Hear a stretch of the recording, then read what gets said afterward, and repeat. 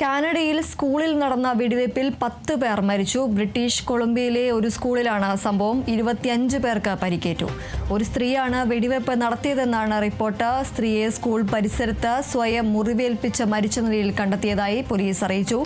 സ്കൂളിൽ 6 പേരെ മരിച്ച നിലയിൽ കണ്ടെത്തി. ഒരാൾ ആശുപത്രിയിലേക്കുള്ള വഴിമധ്യേ മരിച്ചു. 2 പേരെ സമീപത്തെ ഒരു വസതിയിലും മരിച്ച നിലയിൽ കണ്ടെത്തി. മരണസംഖ്യ ഉയർന്നേക്കും. ടംബർ റിഡ്ജ് സെക്കൻഡറി സ്കൂളിൽ പ്രാദേശിക സമയം 1 മണി കഴിഞ്ഞാണ് വെടിവയ്പുണ്ടായത്. വെടിവയ്പിന്റെ കാരണം വ്യക്തമല്ല. പോലീസ് അന്വേഷണം ആരംഭിച്ചു.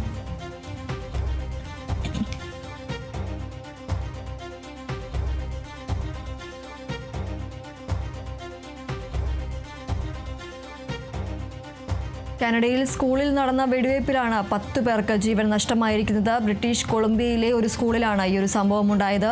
25 പേർക്ക് ഈ ഒരു വെടിവയ്പിൽ പരിക്കേറ്റിട്ടുണ്ട്. ഒരു സ്ത്രീയാണ് വെടിവയ്പ് നടത്തിയതെന്നാണ് പുറത്തുവരുന്ന റിപ്പോർട്ടുകൾ. സ്ത്രീയെ സ്കൂളിന്റെ പരിസരത്ത് സ്വയം മുറിവേൽപ്പിച്ച് മരിച്ച നിലയിൽ കണ്ടെത്തിയതായി പോലീസ് അറിയിച്ചിട്ടുണ്ട്. സ്കൂളിൽ 6 പേരെ മരിച്ച നിലയിൽ കണ്ടെത്തിയിട്ടുണ്ട്. ഒരാൾ ആശുപത്രിയിലേക്കുള്ള വഴിമധ്യയാണ് മരിച്ചത്. 2 പേരെ സമീപത്തെ ഒരു വസതിയിലും മരിച്ച നിലയിൽ കണ്ടെത്തി. മരണസംഖ്യ ഇനിയും ഉയരാനാണ് സാധ്യത.